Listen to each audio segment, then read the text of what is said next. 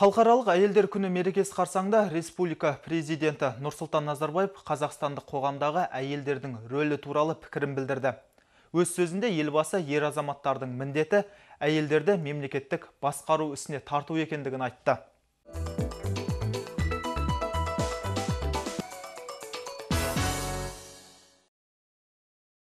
Ақмола облысы бойынша түрлі деңгейдегі мәслихат депутаттарының 22%-ын әйелдер қауымы құрайды.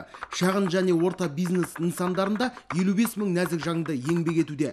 Бұл осы салада жұмыс істейтіндердің 60%-на тең. 15 мың әйел кәсіпкерлік салада жетекші қызметте.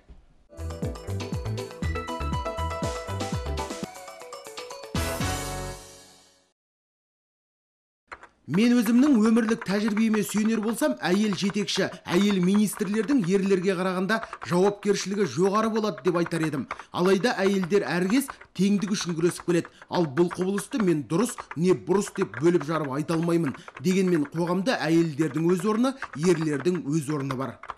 Қазақстан Республикасының президенті Нұрсұлтан Назарбаев.